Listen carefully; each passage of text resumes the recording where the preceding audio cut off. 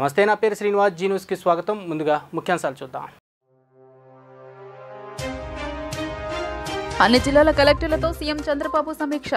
నేటి కలెక్టర్ల సమావేశం చరిత్రను తిరగరాయబోతోందని వ్యాఖ్య.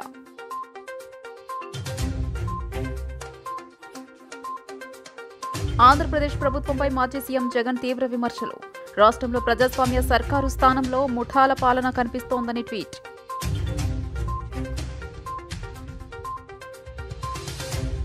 ఏపీని గత ప్రభుత్వం సర్వనాశనం చేసిందని భాజపా ఎమ్మెల్యే ఆదినారాయణ రెడ్డి విమర్శ. అక్రమాలకు పాల్పడి వైకాపా నేతలంతా జైలుకు పోవడం ఖాయమని జోస్యం.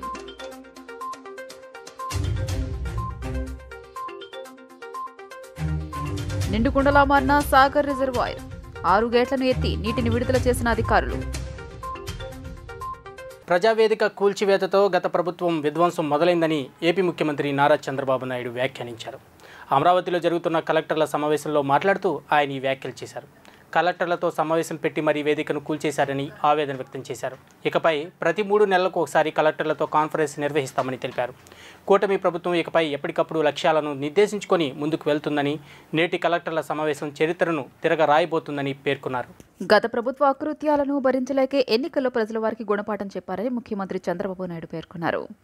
గత 5 ఏళ్లలో వైసీపీ నాయకులు రాష్ట్రంలోని అన్ని రంగాలను దోచుకున్నారని విమర్శించారు. గత ప్రభుత్వంలో చూసిన విధ్వంసం, బెదిరింపులు తమ ప్రభుత్వంలో ఉండవని స్పష్టం చేశారు. చిన్న తప్పులుంటే సరిచేయవచ్చని, కానీ విధ్వంసమైన రాష్ట్రాన్ని పునర్నిర్మించాలంటే మాత్రం చాలా కష్టపడాల్సి ఉంటుందని అన్నారు. ప్రపంచంలో అత్యధిక ఆదాయం సంపాదించేది భారతీయులనని, అందులోనూ 33% తెలుగువారే ఉన్నారని పేర్కొన్నారు. చరిత్రలో ఎన్నడూ లేనంతగా ప్రజలు తమను గెలిపించారని, వారికి ఇచ్చిన మాట ప్రకారం రాష్ట్రాన్ని బాగు చేస్తామని చెప్పారు. ఇకపై ప్రతి 3 నెలలకు ఒకసారి కలెక్టర్లతో కాన్ఫరెన్స్ నిర్వహిస్తామని తెలియజేశారు.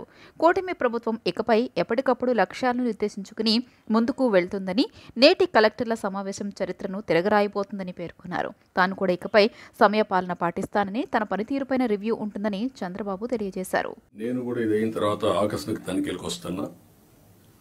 నేను అప్పుడప్పుడు అంటున్నాను 95 CBN చూస్తారని.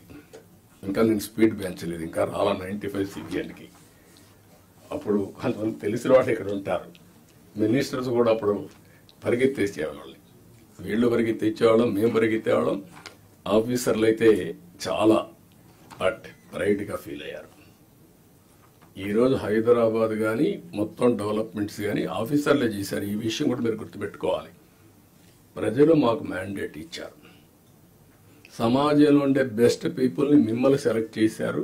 డిఫరెంట్ సర్వీసెస్లో యు ఆర్ ప్రొఫెషనల్స్. ఆ calibre, administration, organisation skills, communication skills అవి మీకున్నాయి. మాకు ప్రజలు గౌరవించారు, మమ్మల్ని ఎన్నుకున్నారు. ఎన్నుకోనేంటి, మీ ద్వారా పనులు చేయించాలి. ఆ విషయం మీరు గుర్తుపెట్టుకోవాలి. మేము పని చేయించకపోతే మా తప్పు, కానీ మేమే పని చేయాలి అంటే కుదరదు. మా బ్యాక్గ్రౌండ్ ఇవన్నీ వచ్చినప్పుడు ఈ విషయంలో మీరు అందరూ కూడా క్లారిటీ పెట్టుకొని ముందుకు పోవాల్సిన అవసరం ఉంది. నేను వచ్చినప్పుడు ఒక అంగన్వాడికి పోతా, డ్రైన్స్ పోతా, డోంట్ మిస్టేక్ మీ. ఒకప్పుడు డ్రైన్లో IAS ఆఫీసర్లు దించిన రోజులు కూడా ఉన్నాయి. దిగి చూడమన్నా ఎట్లుందని మీరు ట్రైన్ ఒకసారి దిగండి, మీకు ఒక ఐడియా వస్తుందని చెప్పి చూపించిన రోజులు ఉన్నాయి. చెత్త ఉంటే అవన్నీ చూపించిన రోజులు ఉన్నాయి. అక్కడే మీడియాలో ఎక్స్పోజ్ చేసిన రోజులు ఉన్నాయి. తర్వాత అంత హార్ష్గా నేను పోలేదు, కానీ దట్ వర్ ది డేస్. కానీ అదే మరి హైదరాబాద్ని బిల్డ్ చేయడం కూడా వీళ్ళే బిల్డ్ చేశారు. IT కూడా వీళ్ళే చేశారు. అది ఈరోజు మనకు ఒక ఔటర్ రింగ్ రోడ్డు కావచ్చు, ఆలోచనలన్నీ వీళ్ళ ద్వారానే వచ్చాయి. ఈ విషయం మీరు గుర్తుపెట్టుకోవాల్సిందిగా. ఆంధ్రప్రదేశ్ ప్రభుత్వంపై మాజీ ముఖ్యమంత్రి వైఎస్ జగన్ తీవ్ర విమర్శలు గుప్పించారు. రాష్ట్రంలో ప్రజాస్వామ్య సర్కారు స్థానంలో ముఠాల పాలన కనిపిస్తుందని ట్వీట్ చేశారు. 2 నెలల్లో ఏపీ అంటేనే రాజకీయ హింసకు మారుపేరుగా మారిపోయిందని జగన్ అన్నారు. పరిస్థితుల్లో ఏమాత్రం మార్పు రావడం లేదని, సర్కారు పెద్దల ప్రోత్సాహంతో జరిగే ఘటనలు, అధికారంలో తమ పార్టీ ఉందనే ధీమాతో చేస్తున్న దాడులు, రాజకీయ ప్రేరేపిత దుశ్చర్యలు రాష్ట్రంలో ప్రతిరోజు జరుగుతూనే ఉన్నాయని చెప్పారు. నంద్యాల జిల్లాలో గత రాత్రి జరిగిన హత్య, ఎన్టీఆర్ జిల్లా జగ్గయ్యపేటలో జరిగిన దాడి ఘటన వీటికి నిదర్శనాలని జగన్ అన్నారు. ప్రజలకిచ్చిన హామీలను చంద్రబాబు నాయుడు నిలబెట్టుకోలేదన్నారు. దీంతో ఎవరూ ప్రశ్నించకూడదని, రోడ్డుపైకి రాకూడదని, ప్రజలను, నాయకులు, కార్యకర్తలను భయభ్రాంతులకు గురి చేయడానికి ఇలాంటి దుర్మార్గాలకు పాల్పడుతున్నారని చెప్పారు. ఈ దారుణాల బాధితులకు అండగా ఉంటూ పోరాటాన్ని కొనసాగిస్తామని అన్నారు. ఏపీని గత ప్రభుత్వం సర్వనాశనం చేసిందని బీజేపీ ఎమ్మెల్యే ఆదినారాయణ రెడ్డి విమర్శించారు. రాష్ట్రంలో గత 5 ఏళ్లలో అభివృద్ధి కుంటుపడిందని తెలిపారు. వైసీపీని ప్రజలు తిరస్కరించారని పేర్కొన్నారు. ఆ పార్టీ వాళ్ళు మళ్లీ అధికారంలోకి వస్తామని గొప్పలు చెబుతున్నారని ఎద్దేవా చేశారు. జగన్ను పులివెందుల్లో కూడా ఓడిస్తామన్నారు. రాష్ట్రానికి పరిశ్రమలు రాబోతున్నాయి. సంక్షేమ పథకాలు 100% అమలు చేస్తాం. ప్రధాని మోదీ నేతృత్వంలో రాష్ట్రంలో అభివృద్ధి పనులు జరుగుతున్నాయి. పోలవరం బాధ్యత తమదే అని కేంద్రం చెప్పింది. అమరావతికి 15,000 కోట్లు కేటాయించారు. 5 ఏళ్ల వైసీపీ పాలనలో 5 లక్షల కోట్లు దోచేశారు. జగన్ ఒక్కరే 2 లక్షల కోట్లు దోపిడీ చేశారు. వైసీపీని మిగిలిన నేతలు 3 లక్షల కోట్లు దోచేశారు. అక్రమాలకు పాల్పడిన వైసీపీ నేతలంతా జైలుకు పోవటం ఖాయం. 60 నెలల జగన్ పాలనలో ఏనాడు ఉద్యోగులకు 1వ తేదీన జీతాలు ఇవ్వలేదు. సీఎం చంద్రబాబు అధికార పగ్గాలు చేపట్టగానే 1వ తేదీన ఉద్యోగులకు జీతాలు ఇచ్చారు అని ఆదినారాయణ రెడ్డి తెలిపారు.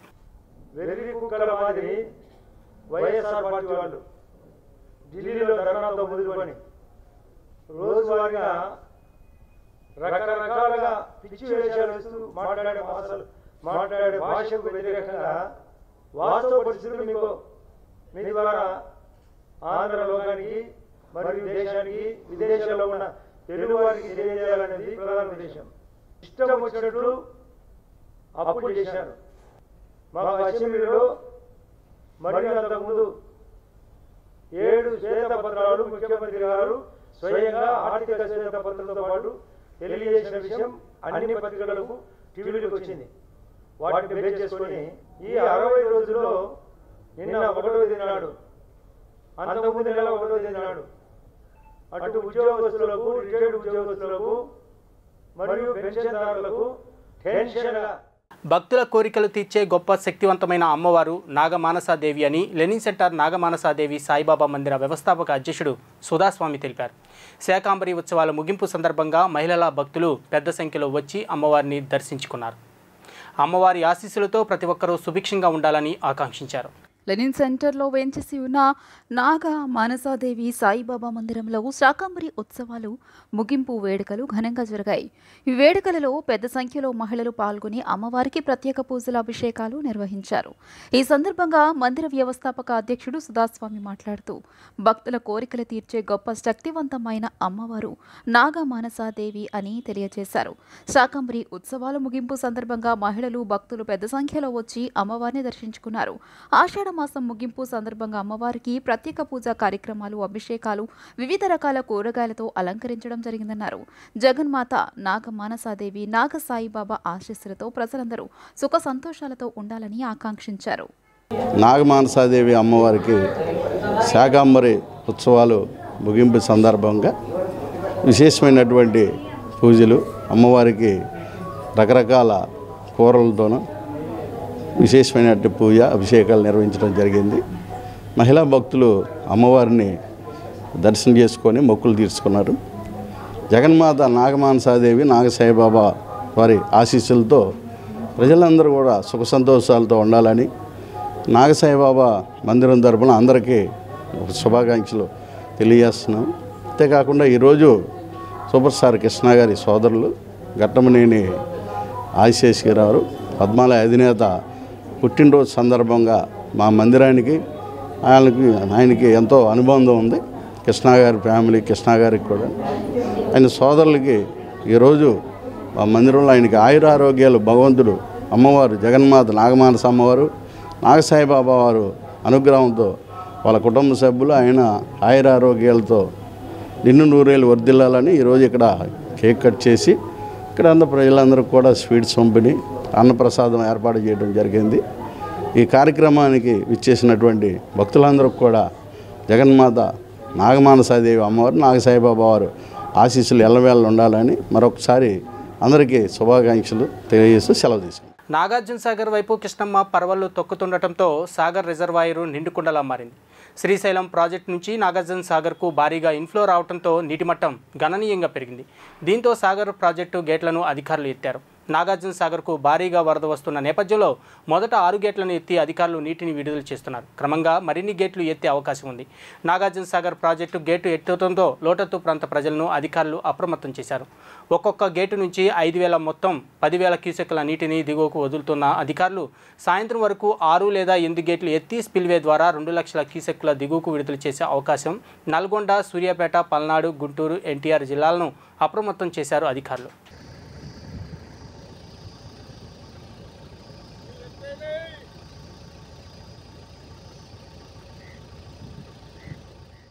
ఏ ఒక్క కెమికల్ మందులనేది వాడకుండా సహజ సిద్ధమైన ఎరువులు కింద సహజ సిద్ధమైన పంటలను పండిస్తామని సిటీ ఆఫ్ టెర్రస్ గార్డెనింగ్ ప్రధాన సలహాదారుడు సరోజ్ కాంత్ తెలిపారు. ప్రస్తుతం విజయవాడలో 2,000కు పైన ఇలా ఆరోగ్యకరమైన పంటలను తమ మిద్దెలపై పండించుకుంటున్నారని తెలియజేశారు. నగరంలో పండించే వారి కోసం 5 గ్రూప్ వాట్సాప్లలో సలహాలు, సూచనలు ఇస్తున్నామని ఆయన పేర్కొన్నారు. విజయవాడ కొత్త ప్రభుత్వ ఆసుపత్రి సమీపంలో పరిటాల ఓంకార్ కళ్యాణ మండపం నందు సిటీసీ టెర్రస్ గార్డెనింగ్ అసోసియేషన్ సమావేశం నిర్వహించడం జరిగింది. ఈ సమావేశంలో సిటీ ఆఫ్ టెర్రస్ గార్డెనింగ్ ప్రధాన సలహాదారుడు సరోజ్ కాంత్ మాట్లాడుతూ 2019లో శ్రీనివాస్ హారికల చేతులపై స్థాపించబడిన సిటీ ఆఫ్ టెర్రస్ గార్డెనింగ్ ఈ రోజుకి 70,000 సభ్యులుగా ఈ సొసైటీ ఏర్పడిందన్నారు. ప్రస్తుత పరిస్థితిలో ఆరోగ్య పంట సమాజానికి ఎంతైనా అవసరమని చెప్పుకొచ్చారు. తమ ఆరోగ్యకరమైన ఆహారం కోసం తమ ఇంటి మేడలపై వివిధ రకాల పంటలు, కాయగూరలు, ఆకుకూరలు ఆయా ప్రదేశంకి అనుగుణంగా పండించే విధంగా ఈ సొసైటీ ద్వారా సూచనలు ఇస్తామని చెప్పారు. ఏపీ, తెలంగాణ మొత్తంగా 40,000కు పైన మిద్దెలపై పండిస్తున్నారని అన్నారు. మిద్దెలపై వివిధ రకాల పంటలు, కూరగాయలు ఎలా పండించాలి, సందేశాలు, సలహాలు వంటి నివృత్తికి వాట్సాప్ గ్రూపులో తీర్చడం జరుగుతుందని తెలియజేశారు. ఏపీ, తెలంగాణలో 70 వాట్సాప్ గ్రూపులతో పంట పండించడంపై సలహాలు, సూచనలు ఇవ్వడం జరుగుతుందని వివరించారు. ఈ మిద్దె తోట ఈ రోజున ఇంత స్థాయికి రావడానికి ప్రధానమైనటువంటి కారకులు హరకర శ్రీనివాస్ గారు, సుప్రీంకోర్టు అండ్ హైకోర్టు లాయర్ గారు. ఎంతో కష్టపడి ఒక చిన్న ఆలోచన చేశారు ఆయన. మనం ఎందుకు మన పంటలు మనం పండించుకోలేము అని ఒక చిన్న ఆలోచన చేశారు. ఈ ఆలోచన చేసిన దాని మీదే సోదరి సరోజ్ గారి సహకారంతో, మరికొంతమంది మిత్రుల సహకారంతో ఒక వాట్సాప్ గ్రూప్ స్టార్ట్ చేయడం అయింది. తద్వారా స్ట్రాబెర్రీ మొక్కల మొత్తం మిద్దె తోటదారులందరికీ కూడా, సాగుదారులందరికీ కూడా పంచడం, వారికి అక్కడి నుంచి ఎలా సాగు చేసుకోవాలనే పాయింట్ మీద సబ్జెక్ట్స్ చెప్పించడం, ఈ విధంగా అడుగడుగును పెంచుకుంటూ వెళుతూ ఇంతింతై వటడింతై అన్నట్లుగా ఈ రోజున 70,000 మంది సభ్యులతో 60 పైచిలకు వాట్సాప్ గ్రూపులు నడుపుకుంటూ కేవలం ఆంధ్ర, తెలంగాణ అనే కాకుండా బెంగళూరు, మెడ్రాస్, ఢిల్లీ ఇటువంటి మెట్రోపాలిటన్ సిటీస్లో కూడా ఈ సిటీజీ గ్రూప్స్ నడపడం జరుగుతుంది. ఇన్ని వేల మందికి వచ్చేటువంటి ప్రశ్నలు కానీ, సమాధానాలు కానీ, క్వశ్చన్ అండ్ ఆన్సర్స్ అని మళ్ళీ సపరేట్గా గ్రూప్ చేసుకొని అడ్మిన్స్ అందరూ కలిసి ఒక గ్రూపులో రన్ చేసుకుంటూ ఆయా ప్రాంతాల్లో వచ్చేటువంటి సమస్యల్ని ప్రాథమికంగా ఏ రకంగా నివారించుకోవాలి, అది కూడా ప్రకృతి సిద్ధంగా, సహజ సిద్ధంగా ఏ రకమైనటువంటి జాగ్రత్తలు తీసుకుంటే ఈ పంటలన్నీ కూడా చేతికి అందుతాయి అనే విషయాల్లో. ఆషాఢమాస అమావాస్య సందర్భంగా అజిత్ సింగ్ నగర్లో వెలిసి ఉన్నటువంటి గ్రామదేవత శ్రీ నాగా నూకాంబిక దేవస్థాన ప్రాంగణంలో లోక కళ్యాణార్థం, శాంతి హోమం మరియు మధ్యాహ్నం 12 గంటలకు అన్నప్రసాద వితరణ నిర్వహించడం జరిగింది. ఈ కార్యక్రమంలో భక్తులు విరివిగా పాల్గొని హోమాన్ని నిర్వహించారు. గ్రామదేవత నాగ నూకాంబిక అమ్మవారిని కోరిన కోరికలు తీర్చే తల్లిగా భక్తులు భావిస్తారని దేవస్థాన ప్రతినిధులు పేర్కొన్నారు. అజిత్ సింగ్ నగర్ గ్రామదేవత అయినటువంటి శ్రీ శ్రీ నాగనూకాంబిక దేవస్థానం నందు ప్రతి నెల అమావాస్య దినాన్ని పురస్కరించుకొని లోక కళ్యాణార్థం, సర్వజనావళి సుఖినోభవంతు చిత్యార్థం, లోక కళ్యాణార్థం, లోకం మొత్తం పాడి పంటలతో అందరూ సుఖశాంతులతో ఆయురారోగ్యాలతో ఉండాలని చెప్పేసి మన గ్రామదేవత అయినటువంటి నాగనూకాంబిక దేవస్థానం నందు అమావాస్య దినం నాడు హోమం నిర్వర్తించడం జరుగుతుంది, శాంతి హోమం. అలాగే తదనంతరం అన్నప్రసాద వితరణ కూడా నిర్వహించబడి జరుగుతున్నది. గత 4 ఏళ్లుగా ఈ కార్యక్రమాలు నిర్వహించడం జరుగుతున్నది. ఈ కార్యక్రమంలో భాగంగా ఈ ఆషాఢ మాసం లాస్ట్ రోజు సందర్భంగా ఆషాఢ పౌర్ణమైన ఎంతో ప్రాముఖ్యత చెందిన ఈ ఆషాఢ అమావాస్య సందర్భంగా ఈ అమావాస్యకి శాంతి హోమం నిర్వహించడం జరిగింది. ఈ హోమంలో 10 మంది భక్తులు పాల్గొని హోమం నిర్వహించుకొని ఆ తదనంతరం ఈ అన్నప్రసాదాన్ని ఈ దేవస్థానంలో నిర్వహించడం జరుగుతున్నది. ఈ దేవస్థానంలో ఈరోజు హోమంలో పాల్గొన్నవారు అన్నప్రసాదాన్ని కూడా వారి స్వయాన సుమారుగా 200 పైచీలుకుగా ఈ అన్నప్రసాదాన్ని ఏర్పాటు చేయడం జరుగుతున్నది. ఈ నూకాలమ్మ తల్లి చాలా మహిమ గల తల్లి, చాలా స్వచ్ఛమైన అమ్మవారు. మేము పుట్టి పెరిగిన దగ్గర నుంచి ఈ అమ్మవారిని చూస్తున్నాం. మేము ఇక్కడ మొన్నటి వరకు పౌర్ణమికి ఇలాగే చేసి భోజనాలు పెట్టేవాళ్ళు, ఇప్పుడు అమావాస్యకి చేస్తున్నారు. ఈ కార్యక్రమాలు ఎప్పుడు ఇలాగే కొనసాగాలని కోరుకుంటున్నాం. జై భవానీ, జై జై భవానీ. స్వతంత్ర బీసీ ఉద్యమమే లక్ష్యంగా ముందుకెళ్తామని హైకోర్టు న్యాయవాది, సామాజిక ఉద్యమకారుడు వైకే తెలిపారు.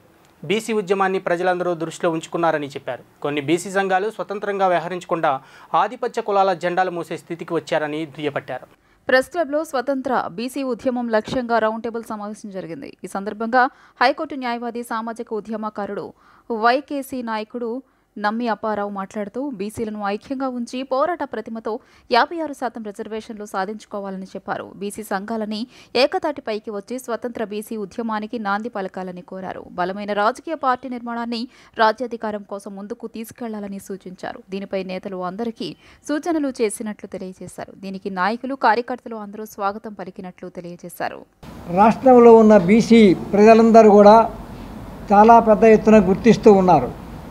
ఎందుకంటే ఇటీవల జరిగిన ఎన్నికల్లో కొన్ని ప్రముఖ బీసీ సంఘాలు స్వతంత్రంగా వ్యవహరించకుండా, ప్రత్యామ్నాయ రాజకీయ దృక్పథంతో వ్యవహరించకుండా, స్వతంత్రంగా నిలబడ్డ పోటీ చేసిన బీసీ అభ్యర్థుల్ని బలపరచడం కాకుండా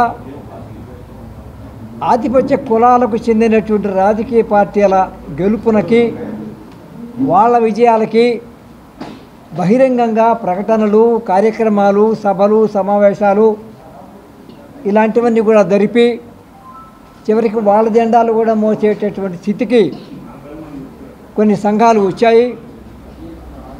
ఈ రకమైనటువంటి వ్యవహార శైలి బీసీ ఉద్యమానికి భవిష్యత్తులో 56% ఉన్నటువంటి బీసీల రాజ్యాధికారానికి నష్టం కలిగిస్తుంది.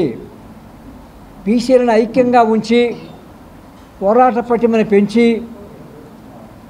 రిజర్వేషన్లు, కులాల జనగణన, వాళ్ళకి కావలసినటువంటి వర్గీకరణ ఇలాంటి ఇత్యాది అంశాలు చాలా ఉంటే ఆ అంశాలన్నింటినీ ఉద్యమ రూపం ఇవ్వడానికి ఆటంకంగా ఉండేటటువంటి ప్రభుత్వాలను ఎంపిక చేసేటటువంటి ఒక ప్రక్రియలో, అంటే ఆధిపత్య కులాల రాజకీయ అధికారానికి దోహదపడే విధంగా కొన్ని సంఘాలు వాళ్ళ నాయకత్వాలు అనుసరించాయి. అనేక బీసీ సంఘాలు, మిత్రులు, మహిళలు, బీసీ ఉద్యమంలో పనిచేసినటువంటి వారందరూ కూడా స్వతంత్ర బీసీ ఉద్యమాన్ని ముందుకు తీసుకురావాల్సిన ఆవశ్యకత ఎంతైనా ఉందని చెప్పి గత 2 నెలల నుండి ఎలక్షన్ అయ్యే దగ్గర నుండి కూడా మరి ప్రముఖంగా చర్చించుకొని ఈరోజు ఈ రౌండ్ టేబుల్ సమావేశం అనేది ఏర్పాటు చేసుకోవడం అనేది జరిగింది. దీంట్లో భాగమే మహాత్మా జ్యోతిరామ్ పూలే భావజాలాన్ని ముందుకు తీసుకెళ్లే దాంట్లో ఒక అంశంగాను, అట్లాగే ప్రత్యామ్నాయ రాజకీయం అనేది ఆవశ్యకత ఎంతైనా ఉంది. రాజ్యాధికార దిశలోకి వెళ్ళాలనంటే బీసీ స్వతంత్ర వేదిక అనే దాన్ని గ్రామాన్న మనం ముందుకు తీసుకెళ్లాల్సిన అవసరం ఉందని చెప్పి రౌండ్ టేబుల్ సమావేశంలో అనేక అంశాలు మాట్లాడడం జరిగింది.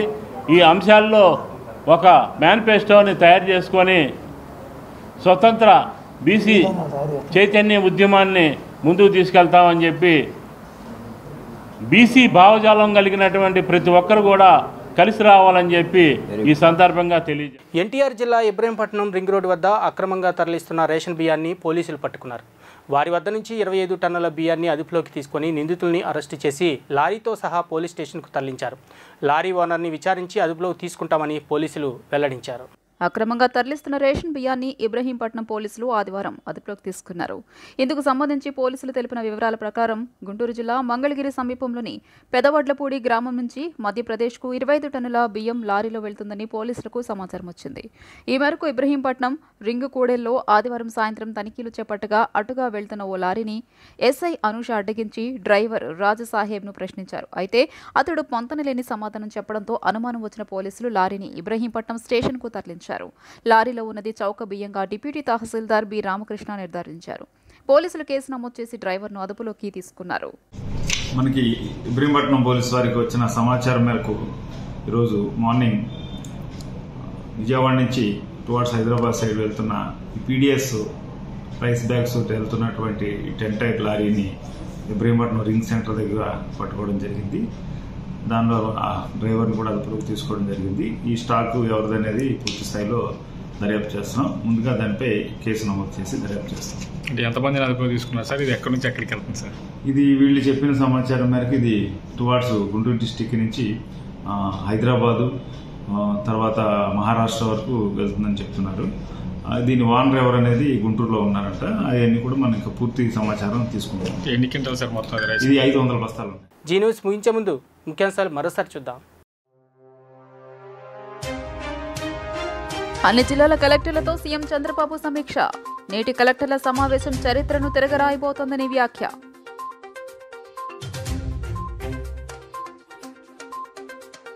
ఆంధ్రప్రదేశ్ ప్రభుత్వంపై మాజీ సీఎం జగన్ తీవ్ర విమర్శలు. రాష్ట్రంలో ప్రజాస్వామ్య సర్కారు స్థానంలో ముఠాల పాలన కనిపిస్తోందని ట్వీట్.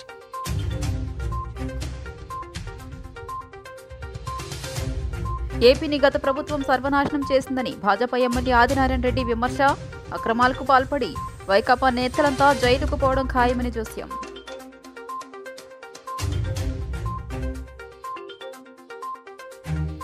నిండుకుండలా మారిన సాగర్ రిజర్వాయర్.